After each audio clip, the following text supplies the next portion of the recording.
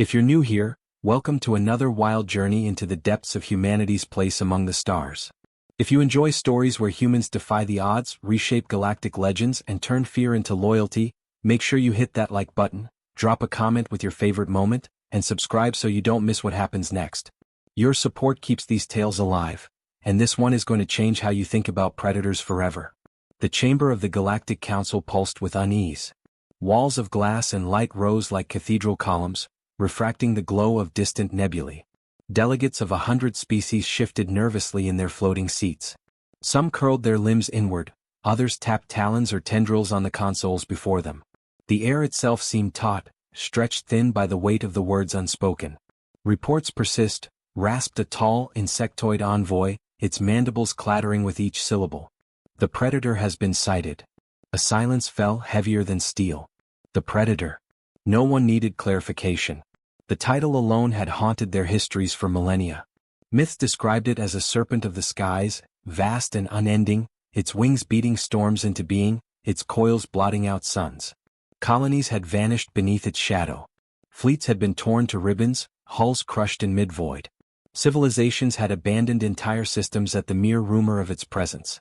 Elder races, those who considered themselves immortal, had chosen flight over confrontation. The predator was not supposed to exist anymore. Scholars had declared it extinct, a relic of a darker era. That belief was the only bomb that let fragile alliances hold. And yet the reports were clear. Movement in the border sectors, sensor ghosts too massive to be natural, worlds where populations simply stopped responding. "Perhaps phantoms," offered a scaled ambassador, though its frilled neck twitched in betraying spasms. "Legends revived by fear." "Legends do not rip a starship apart in silence," countered another, projecting blurred images across the chamber. The hologram showed hull fragments tumbling like broken toys, edges seared by no weapon known. The debris spun against the dark, cold stars, mute testimony to the thing's return. The panic threatened to ignite into chaos until a voice from the high dais cut through. Chancellor Vera, ancient and silver-skinned, leaned forward, her gaze sweeping the chamber. "We will not descend into hysteria. If the predator walks the void once more, we must confront this truth directly. Reports suggest someone has seen it up close and lived." The delegates recoiled at once. Survivors were rare and never coherent. But this claim carried weight because it was not just anyone. It was a human. The word rippled through the chamber. Humans were new to the council, young and reckless by galactic measure. Short-lived, stubborn, unpredictable. They had impressed some allies, unnerved others, and yet no one had considered them central to anything, until now. Data feeds streamed above the Chancellor's seat, showing grainy drone footage. A solitary human male, broad-shouldered, weather-worn, stood on the cliffs of a frontier world. Around him, the winds howled with strange resonance, carrying echoes like distant wings. He worked casually with his hands, repairing something mechanical. The drones had lingered long enough to confirm his continued existence. No sign of terror. No sign of retreat. "How?" demanded the insectoid envoy. "How does such a fragile creature remain alive where even our battle fleets crumble?" The Chancellor's tone was grim. "That is the question. And we shall have our answer." The council murmured in overlapping tongues. Some whispered of dark bargains, others of biological immunity or forbidden technology. Few dared voice the possibility that the predator had chosen not to kill. That thought was too destabilizing to bear. Among the murmurs, one delegate, an elder reptilian scholar, spoke in a low growl. "If the predator does not strike him down, it may mean something worse. It may mean it accepts him." The words curled through the chamber like smoke, poisonous and undeniable. Acceptance. A concept inconceivable when applied to the serpent dragon of myth. For eons, it had been a symbol of untouchable dominance. To imagine it tolerating, much less choosing, companionship, this undermined everything the council believed about fear, power, and survival. The Chancellor raised her hand. "Prepare an envoy. This human must be summoned. We will not wait for the predator to dictate the balance of our galaxy. If the man has bound it, we must know how and why." Across the chamber, faces twisted in dread. None relished the thought of being near either the human or the beast. But duty demanded action. Already couriers transmitted the order toward the frontier, toward the cliffs where one man stood and the winds carried whispers of wings. Far away, beneath skies streaked with violet storms, the human in question wiped grease from his hands and squinted against the setting sun. His hair was ragged, his jaw shadowed, his eyes steady. He looked like any laborer, any survivor eking out a life on the edge. But he had secrets only the predator knew. Behind him the wind shifted. The cliff face trembled with a deep resonance, as though something vast had stirred. He turned his head, not afraid, only expectant. And in that moment the galaxy's oldest terror was not a myth, nor a ghost, nor a shadow of the past. It was near, watching. Waiting. The council believed they were summoning a man. What they were truly summoning was a bond older than fear itself. The frontier world was a place most ships avoided. Its skies boiled with violent storms that seemed to brew from nowhere, and its cliffs jutted like broken spears against a restless sea. To the council, it was an uncharted footnote, a planet unworthy of colonization. To one man it was home. He rose with the dawn as he always did. The air carried a tang of salt and ozone, and the ground trembled faintly as if the planet itself breathed. His name was Callan Vey, a former pilot who had traded the crowded halls of starships for solitude. His hands were roughened by work, his frame broad from years of surviving without machines to ease every task. A stranger might have taken him for a hermit, a man hiding from the galaxy. They would not have been wrong. Callan checked the solar panels that lined the ridge, then tested the pumps that drew fresh water from underground reservoirs. He moved with the practiced ease of someone who had repeated these rituals for years. There was peace in the routine, but beneath it lay vigilance. He never truly let his guard fall. Not here. Not when the sky sometimes shifted with shadows too vast to belong to clouds. From the treeline below, a flock of native avians erupted into the air, their shrill cries scattering across the cliffs. Callan froze, his gaze drawn upward. The wind changed. The hairs on his arms rose, stirred by the charged silence that followed. Then, with a sound like thunder folding over itself, a shadow swept across the ridge. Wings. Immense leathered wings. The serpent dragon descended from the clouds in a glide that defied its size. Its scales glistened obsidian black, catching stray threads of sunlight until it seemed as if a storm had taken shape and grown flesh. Its body coiled in the air with impossible grace, long enough to wrap a cruiser twice. When it struck the ground, the cliff shuddered, stone cracking beneath the weight. Any other being in the galaxy would have fled in terror. Callan stood where he was. The predator lowered its horned head, slitted eyes burning gold in the stormlight. A sound like a low, rolling growl vibrated from deep within its chest, resonating through the rock. Its breath steamed in the air, heavy with the metallic scent of something ancient and wild. It was the kind of presence that made lesser creatures collapse in submission. Callan simply lifted a hand. The dragon's growl softened into a rumble. It lowered its massive skull until his palm brushed against the ridge of its scales. The contact was absurd, a single human hand resting on a beast that could have swallowed him whole. And yet the creature did not strike.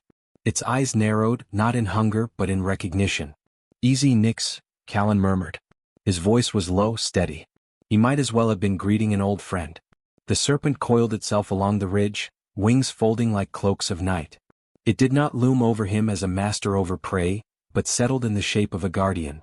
When Callan moved toward the cabin perched on the cliff, the creature followed with sinuous grace, curling protectively around the structure as though it were part of its own nest. High above, a drone recorded everything. Its lens whirred, transmitting the impossible images back to the council. Delegates who had quailed at the very mention of the predator now stared in disbelief as a human brushed dust from his shirt and sat casually on the cabin steps, his colossal companion resting mere meters away. The council chambers erupted into uproar when the footage arrived. To their eyes, the man was not merely surviving near the predator, he was living beside it. The serpent did not devour him, did not destroy his home. It rested, docile, as though bound by chains unseen. "It is impossible," one envoy hissed. "He must be under control, enslaved by the beast." "No," countered another, watching the subtle ease in the man's movements, the creature's calm response. "It is not the human who is bound. It is the predator that follows him." The Chancellor's gaze sharpened. If that were true, if this predator, the same being that had undone fleets, chose to obey a man, then everything they understood about fear and dominance was flawed. The galaxy did not bend this beast's will. Yet here was a human it tolerated, even sought. On the frontier, Callan worked on repairing a broken stabilizer.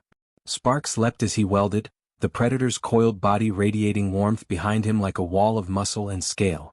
His motions were methodical, almost meditative, yet his mind slipped back to years ago when he had first met Nix. The hatchling had been a half-starved thing, tangled in the wreckage of a crashed transport near the cliffs.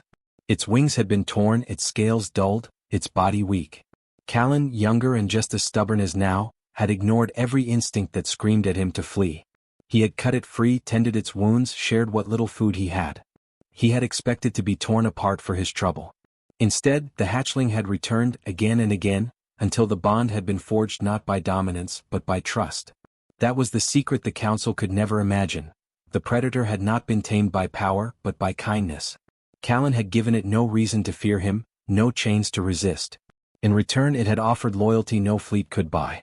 The storm deepened overhead, and Nyx lifted its head, eyes narrowing at something distant. The ground vibrated faintly. Callan followed its gaze. Far beyond the cliffs, in the shrouded sky, a glint of metal caught the sun. A ship. Not his. Not any ship that belonged to this world. He set down the stabilizer and wiped the sweat from his brow. The Council's reach was long. It was only a matter of time before they came knocking. And when they did, they would not come with open hands. They would come with fear, suspicion, and questions he had no patience to answer. Nyx's chest rumbled with a growl, the sound reverberating through the ridge. Callan reached up and rested his hand on the scaled snout again. "Not yet," he said quietly. "Let's see who they send." The ship grew larger in the sky, descending in a careful arc, no weapons firing, no aggressive signals broadcast. Observation, not confrontation. Callan watched its course with narrowed eyes. The Council was watching now, perhaps even debating at this very moment what to do about him. He felt the weight of it, the tension between two worlds. To the galaxy, Nyx was the embodiment of terror, a nightmare given flesh. To him it was simply family. And he knew with absolute certainty that the Council would never understand. The ship hovered at a distance, drones scattering like insects around its hull. They dared not land closer, dared not test Nyx's tolerance. Callan exhaled and leaned back on the steps of his cabin, eyes lifting toward the storm-torn sky. His life of quiet survival was ending. Whatever came next would draw him into a conflict he had no desire for. But Nyx shifted closer, pressing its enormous bulk against the ridge, wings folding tight, eyes ever watchful. Callan felt the ground vibrate with its steady breathing, a sound that had become as familiar as his own heartbeat. If the Council wanted to understand the bond between man and predator, they would have to risk standing here, on the edge of the cliffs, beneath storm and shadow. They would have to face the truth that what they feared most had already chosen its companion. The storm rolled, thunder echoing across the sea. The ship lingered, hesitant. And Callan Vey, seated beside the galaxy's deadliest predator, waited for the Council to decide whether fear or curiosity would rule them. The summons arrived in the form of light. A message cast through orbiting drones, projected in the center of Callan's cabin like a phantom council. Figures appeared, their voices layered with distortion, as though distance could soften the edge of authority. "Callan Vey of Earth," the Chancellor's voice declared, carrying across the room with a gravity that even storms could not match. "You are ordered to appear before the Galactic Council. Your proximity to the creature known as the Predator cannot be ignored. You will comply." Callan stood motionless, arms folded across his chest, the stormlight flickering across his face. Behind him, Nyx shifted, the sound of scales rasping over stone as the serpent's vast body uncoiled. The Council's projection faltered, but their fear remained audible. Delegates spoke in hurried tones, unable to hide their unease. "You live beside death itself," hissed one envoy, its mandibles clicking. "You harbor what has undone civilizations. Explain yourself, or be considered an accomplice to every atrocity it has committed." Callan's jaw tightened. "I didn't summon you. You came here. You want explanations? Fine. But I don't answer to threats." Gasps echoed through the transmission. Defiance was not the tone they expected from a man standing in the shadow of what they considered the galaxy's oldest terror. Yet he spoke with the calm of someone who had already stared down death and found it unworthy of fear. The Chancellor intervened, her silver visage steady. "You will come to us, human. If not, we will come to you. And when we do, we may not distinguish between man and beast." Nyx's head rose, eyes flaring gold as though it understood the insult in those words. A low growl vibrated the ground, shaking loose dust from the ceiling. The Council delegates fell into a panic, their projections wavering as if their very forms trembled. Callan reached up without hesitation, resting his hand against Nyx's snout. "Enough," he murmured, not to the Council but to the Predator. The growl subsided, though the golden gaze never left the hovering images. He looked back at the Chancellor. If you want me there, I'll come. But remember this, Nyx goes where I go. You want answers, you'll get them. Just don't expect to like what you hear. The transmission ended abruptly, leaving silence broken only by the sound of the storm outside and Nyx's steady breathing. Callan exhaled slowly, his eyes narrowing at the empty space where the council had stood. He had lived years without caring for their politics. Now they had dragged him back, not with law but with fear. The following cycle, a transport arrived. It was cautious, armored but unarmed, flanked by escorts that never dared dip too close. Callan boarded without ceremony, carrying little besides himself. Nyx launched from the cliffs as he departed, wings spreading vast across the sky, following with a loyalty that made every pilot in the escort shiver. The journey to the council's core station was long, silent, and tense. Callan felt the weight of every gaze on him. To the crew, he was not just human, he was the chosen of a monster. Whispers followed him in the corridors, fear mixed with awe, as though his shadow alone might summon the serpent. He ignored them all. The station itself was a marvel of architecture, a lattice of glass and energy suspended in orbit above a blue-white star. Callan was led into the grand chamber where delegates assembled in concentric rings, their forms varied but their expressions united in unease. The Chancellor presided at the center, her voice calm yet edged. "Human," she began, "you stand accused of harboring the most dangerous being in the galaxy. You will explain your relationship to it? What binds it to you?" Callan met her gaze without flinching. "Nothing binds it. I don't control Nyx. I don't own him. He chooses to stay." The chamber erupted. Voices clashed, disbelief, outrage, terror. Chains of translation struggled to keep up with the flood of accusation. One envoy struck its console with a talon. "Lies. That creature obeys no one. It slaughters without mercy. You would have us believe it follows you by will alone." "Yes," Callan replied simply. His calm only fanned their agitation. The Chancellor raised her hand for silence, though her eyes betrayed a flicker of doubt. "Why you? Of all species, why would it accept a human?" Callan hesitated. The truth was simple, yet he doubted they could comprehend it. Still he answered, "Because when it was weak, I helped it. No conditions. No fear. I gave it food, shelter, time to heal. And when it was strong again, it came back. That's all." The words hung in the chamber, inconceivable. To these races, survival was built on fear, on power balanced with threat. The idea that the predator's loyalty had been bought with compassion was unthinkable. "This cannot be," spat an envoy. "A galaxy bows to that thing, yet it bows to you?" "I never asked it to bow," Callan said. "I asked nothing at all. That's what you don't understand." Before further arguments could erupt, alarms blared through the station. The chamber lights dimmed as emergency signals flashed red. Callan turned, sensing it before the delegates even grasped what was happening. Outside the station's vast windows, the void shifted. A shadow coiled through the stars. Then came the thunder of wings, blotting out starlight, scales glimmering like obsidian fire. Nyx had arrived. Delegates screamed. Some fled their platforms, others barked for defense protocols. Fleets in orbit scrambled to position, weapons primed, yet none dared fire first. The Predator circled the station, vast coils brushing against the light lattice as though measuring the fragile thing. Callan stepped forward, calm where all others drowned in terror. He placed a hand against the glass, looking out at the beast that dwarfed ships and nations. "Easy," he whispered. And as if hearing across the void, Nyx stilled. The Predator coiled in silence, wings folding. Its golden eyes fixed on the chamber, piercing every delegate with a gaze that promised annihilation, yet withheld it. The fleets froze, unable to comprehend why they still lived. Callan turned back to the council, his voice steady. "That's the truth you came for. You wanted to know what binds us? Nothing. He stays because he chooses to. And you're alive because of that choice."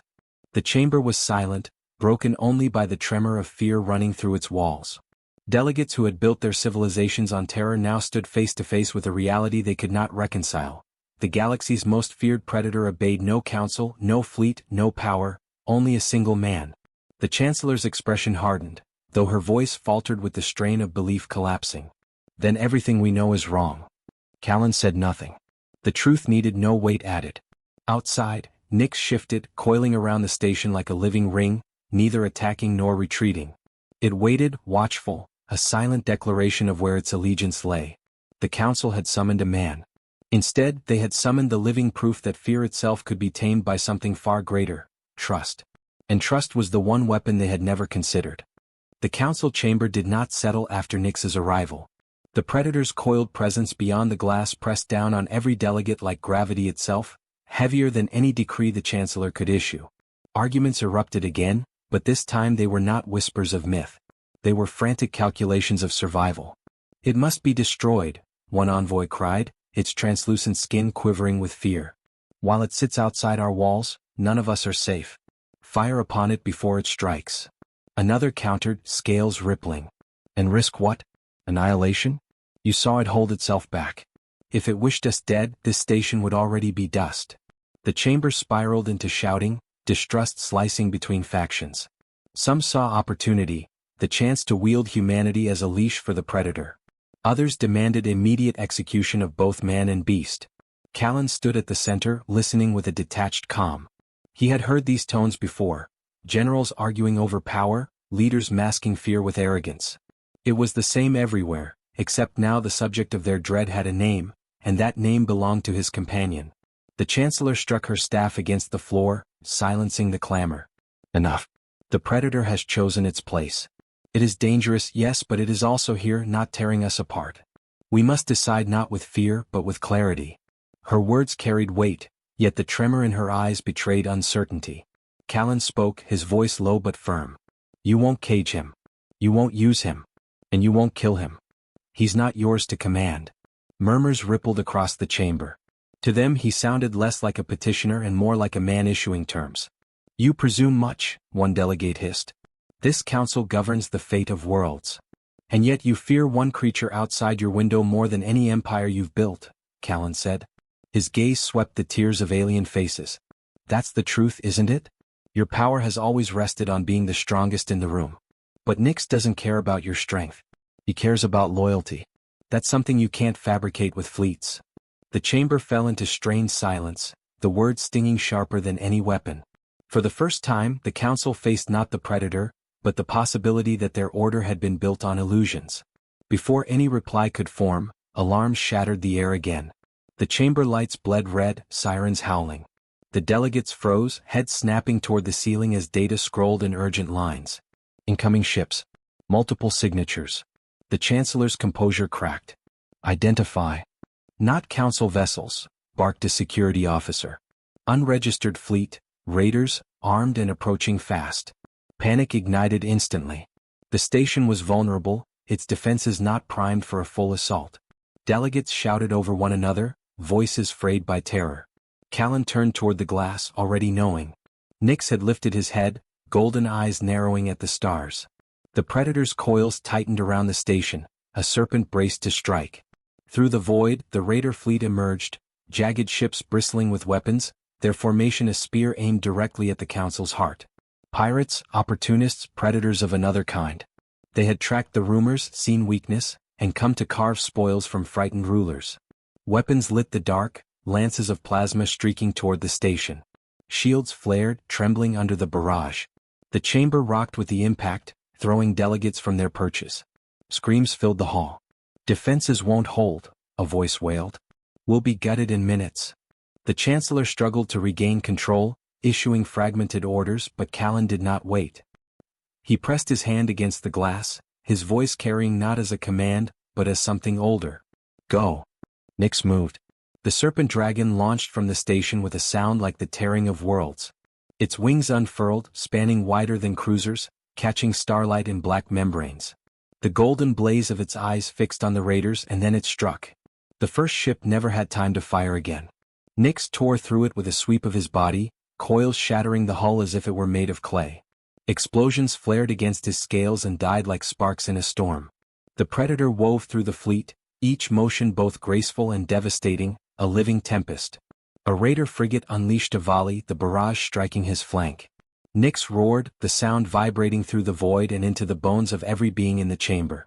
He spun mid-space, wings lashing with hurricane force, and the frigate split apart, halves drifting lifeless into darkness. One by one the raiders faltered. Their formation broke under the weight of a single creature's fury. Panic spread among them just as it had in the chamber minutes earlier. Ships turned to flee, only to find Nix faster, coiling through the void with impossible speed, crushing engines, rending hulls. Inside the council chamber, silence fell again, but this time it was not disbelief, it was awe. Delegates who moments earlier demanded the predator's death now watched it become their salvation. Fleets that would have overwhelmed the station were scattered like leaves. Callan did not move. His eyes tracked Nyx's movements, not with fear but with quiet certainty. He had seen this before when the serpent hunted storms themselves, when it drove away predators that dared circle too close to his homestead. This was not a monster unleashed. This was a guardian protecting what it chose to protect. The last raider ship broke apart in fire, debris scattering like ash into the void. Nyx hovered for a moment, wings beating slowly, coils shimmering with reflected flame. Then, with deliberate grace, he returned, circling the station once more before settling against its lattice like a sentinel. No one in the chamber spoke at first. They stared, hundreds of eyes fixed on the man who stood calm in the center, and on the beast outside who had just rewritten the balance of their galaxy. The Chancellor's voice was hushed, stripped of its earlier authority. "He is not our destroyer." "No," Callan said quietly. "He never was. You just never gave him a reason to be anything else." The delegates looked at him, at one another, struggling to reconcile fear with the undeniable truth before them. Some saw opportunity. Others saw doom deferred. All saw that their survival in that moment had depended not on fleets nor councils, but on the bond between one human and the predator they had feared since time immemorial. The chamber doors hissed closed as emergency systems powered down, leaving only the steady glow of the stars beyond. The silence that followed was not peace. It was the realization that the galaxy they thought they understood had changed forever. Callan met the Chancellor's eyes, his voice level. "You've seen what he is. Protector or predator, that choice is his. And right now, the only reason you're alive is because of that choice." Her gaze flickered, torn between gratitude and dread. Around her, the council whispered, their voices no longer raised in argument, but in the beginnings of a truth none wanted to admit. Outside, Nyx's coils glistened with firelight, his massive form a shadow against the void. He had shown them his strength, not as a conqueror but as a guardian. And in doing so, he had revealed a truth they feared more than destruction. Power was no longer theirs to define. Callan turned from the chamber, his expression unreadable. "Decide what you want to do with that truth. But understand this, whatever you decide, Nyx won't care. He already knows where he belongs." The predator shifted beyond the glass, wings folding, eyes closing as though the battle had been nothing but a momentary exertion. For the council it had been survival. For Nyx it was simply a choice to protect.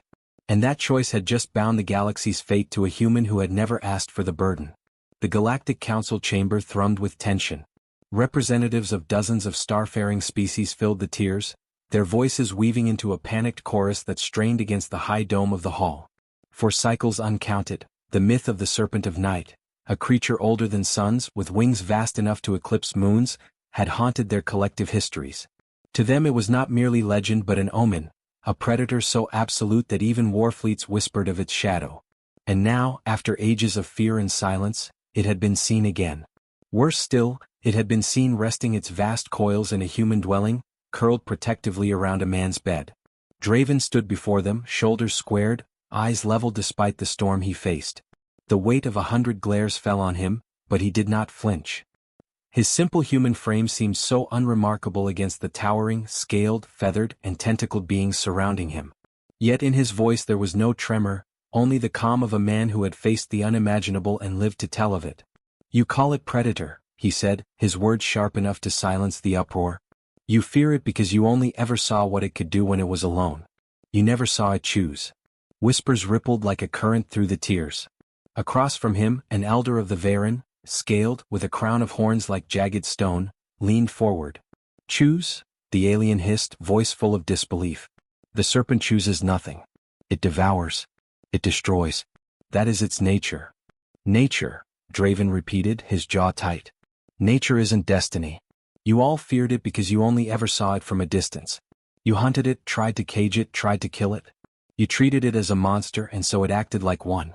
But when it came to me," he drew a slow breath, steadying the weight of memory, "it didn't strike. It didn't roar. It rested." The hall quaked as the council erupted, voices layering in outrage, disbelief, some shrill with terror, others thick with accusation. Above their cries, one sound cut through, the heavy, deliberate thud of something vast descending beyond the chamber walls. The structure itself seemed to sigh beneath the pressure of immense wings folding into place. The Serpent of Night had arrived.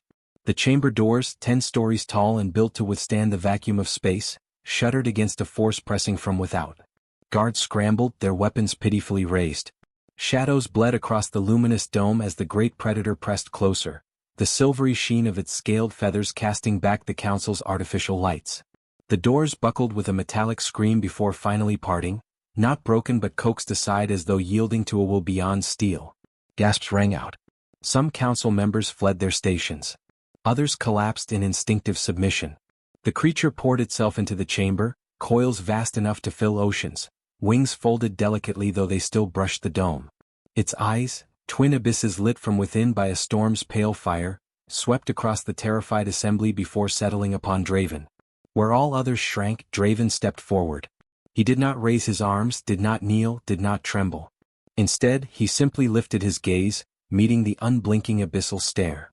"Easy," he said softly, as though the galaxy's most feared predator were nothing more than a restless hound. The serpent stilled. Its thunderous breath slowed.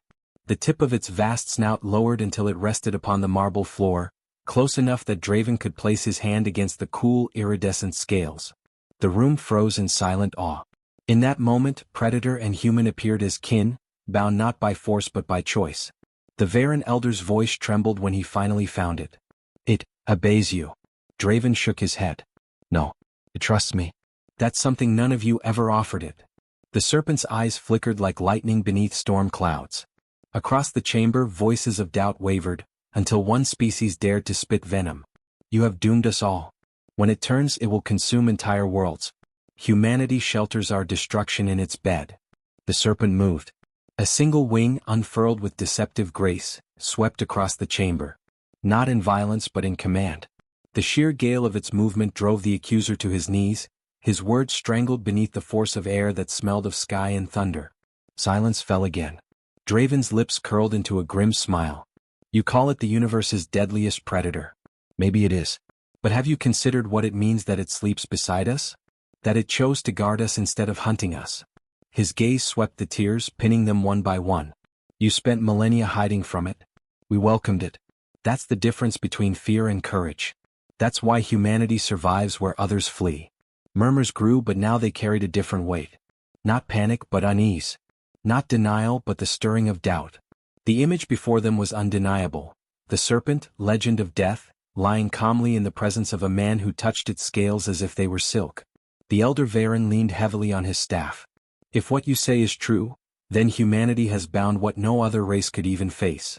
His eyes narrowed. "Do you understand what power you wield?" Draven's voice dropped to a low, steady timbre.